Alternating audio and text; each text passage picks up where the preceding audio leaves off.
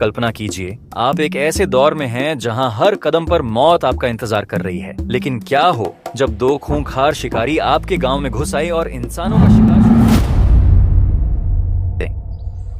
आज की कहानी एक ऐसे ही जांबाज की है जिसने न सिर्फ इन शिकारियों का सामना किया बल्कि उनमें से एक को अपना सबसे वफादार दोस्त बना लिया। पर क्या यह दोस्ती उसे आने वाली तबाही से बचा पाएगी? गांव में चीख पुकार मची थी। दो खूंखार शिकारी, एक लाल और एक नीला, मौत का तांडव मचा रहे थे।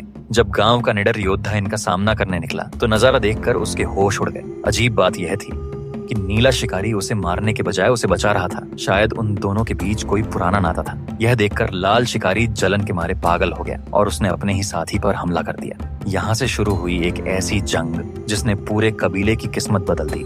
नया मोड़ और दुश्मन। लाल शिकारी मारा जा चुका था, लेकिन नीले साथी का दुख कम नहीं हो रहा था। दोनों वहां से निकलकर एक सुरक्षित ठिकाने की तलाश में एक गुफा में पहुंचे। पर उन्हें क्या पता था कि असली दुश्मन तो अब सामने आने वाला है। अंधेरी गुफा से एक विशाल भालू निकला जिस पर सवार था एक बेरहम योद्धा। योद्धा की ढाल पर बने बिच्छू के निशान ने सब साफ कर दिया। यही वो लोग थे जिन्होंने उसकी साथिन को अगवा किया था।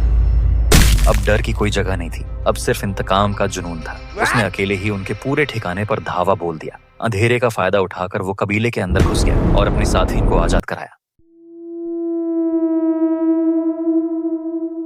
लेकिन तभी उन लोगों की नजर इन पर पड़ गई। अब एक तरफ दर्जनों योद्धा और उनके विशाल भालू थे और दूसरी तरफ सिर्फ वो और उसका नीला साथी।